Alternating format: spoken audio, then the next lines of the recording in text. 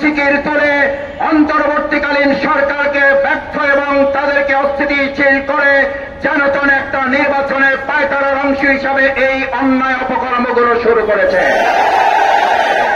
এটার জন্য master degree, এটার জন্য উচ্চ শিক্ষিত হওয়ার প্রয়োজন নাই। আমাদের সাধারণ জনগণ কথা বলতে শুরু করেছে। এটার জন্য আজকে শুনলাম সাংবাদিক সম্মেলন করে তদন্তের কথা বলা হয়েছে। এদেশের মানুষ তদন্ত করার কথা বলে, কিন্তু তাদের কাছে একটা তদন্ত আছে।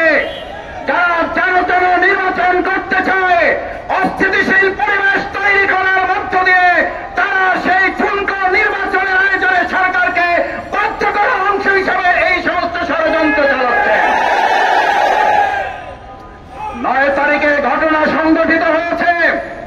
আজকে সাংবাদিক সম্মেলন কেন?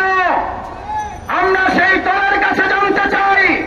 9 তারিখে আপনার নেতাকর্মী হত্যা হয়েছে, আপনার তো সেদিন সাংবাদিক সম্মেলন করে জনগণের কাছে আপনার ঘটনা উপস্থাপন করার কথা ছিল। আমরা মনে করি, জনগণ মনে করে আপনারা আপনাদের অপকর্ম ধাপা চাপা দেওয়ার সব চেষ্টা ব্যর্থ হয়ে যাওয়ার কারণে জনগণের চাপের মুখে করে এখন আপনারা মানুষের সামনে এসেছেন। আমার ভাইয়েরা, পৃথিবীর ইতিহাসে সম্ভবত এটা বিরল ঘটনা। মানুষ আন্দোলন করে সরকারের বিরুদ্ধে, আর আমাদের দেশের মানুষ এখন একটা দল ক্ষমতায় আসতে পারে এই আতঙ্কে তাদের বিরুদ্ধে এখন এই পতনের আন্দোলন শুরু করে। এটা পৃথিবীর ইতিহাসে কোথাও পাওয়া যাবে না। আপনারা গিনিস বুকে আপনাদের নাম লিখে ফেলেছেন। আপনারা বড় দল, অনেক বড় জায়গায় পৌঁছে গিয়েছেন। আপনারা ক্ষমতায় যাবেন যাবেন না তার আগেই জনগণ আপনাদের পতনের জন্য রাস্তায় নেমে গতকাল রাতে গোটা দেশ বিক্ষোভ করে।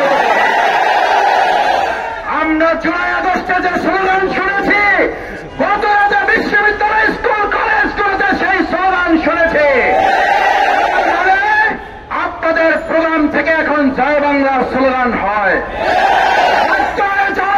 আপনাদের বিরুদ্ধে মুখ খুলে ছাত্র জনতা আবার আরেকটা 5ই আগস্টের জন্য প্রস্তুতি গ্রহণ করছে। সতর্ক হয়ে যান, দেশবাসীর কাছে ক্ষমা চান। অন্যায়, অত্যাচার, চাঁদাবাজি, সন্ত্রাস, খুন, ধর্ষণ বন্ধ করুন, না হলে 5ই আগস্টের মুখে আবার আরেকটা দেশত্যাগের ঘটনা ঘটতে অস্বাভাবিক কিছুই হবে না। আসুন সম্মানিত ভাই এবং বন্ধুগণ, বাংলাদেশ জামায়াত ইসলামীর সেই আন্দোলন সংগ্রামের মধ্য দিয়ে একেবারে সুষ্ঠু নিরপেক্ষ অংশগ্রহণমূলক নির্বাচনের জন্য আমরা জনগণের পাশে থেকে এগিয়ে যাই।